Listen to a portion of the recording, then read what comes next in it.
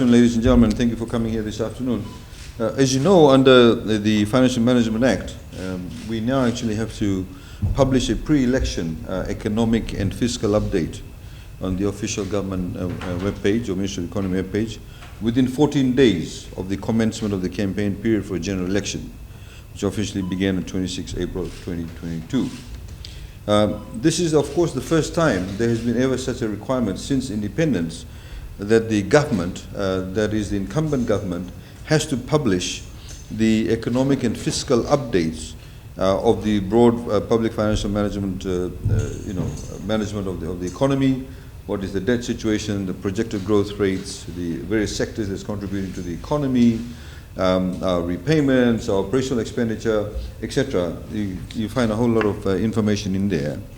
This, of course, ensures that also it gives members of the public the outlook for the medium term. It details on the government debt, contingent liabilities also, major fiscal risks, and details of other socioeconomic indicators.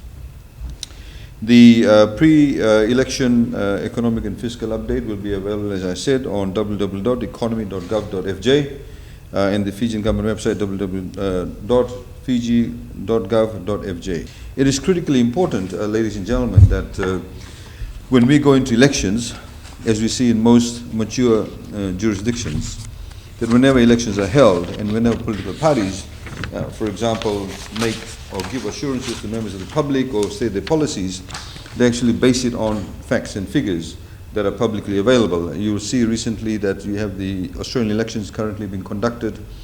And if you look at all the political parties, in particular the two major political parties, even the Greens, everybody is stating their policies and actually pricing them. And they base it on facts, on figures, I should say, that's publicly available, and then the policies are developed accordingly.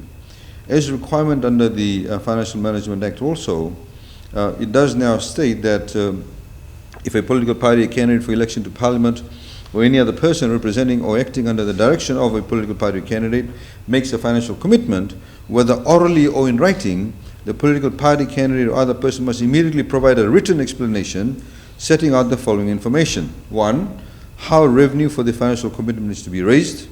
2, how expenditure for the financial commitment is to be made. 3, how expenditure is to be allocated to different sectors and budget sector agencies. And 4, if expenditure exceeds revenue, how the deficit is to be financed.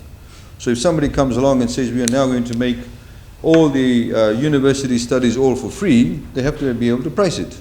They have to be able to say where will they get the money from. They have to be able to say if they're going to keep the same level of deficit, then where will they cut from to be able to fund the entire tertiary institution studies being free.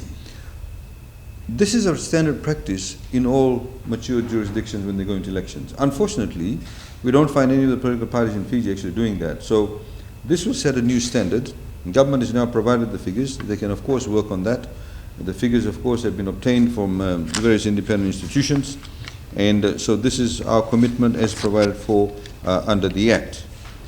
So, ladies and gentlemen, as I said, this is the first time such a transparent, accountable position has been taken by government. Of course, all of it is government's initiation, and we're now complying with the particular provision of the Act, and it's now available. Please use it. Please disseminate the information. Please tell people to go to the website or government Facebook page, and you'll be able to get that information. So this is the launch of the pre-election economic and fiscal update. Thank you.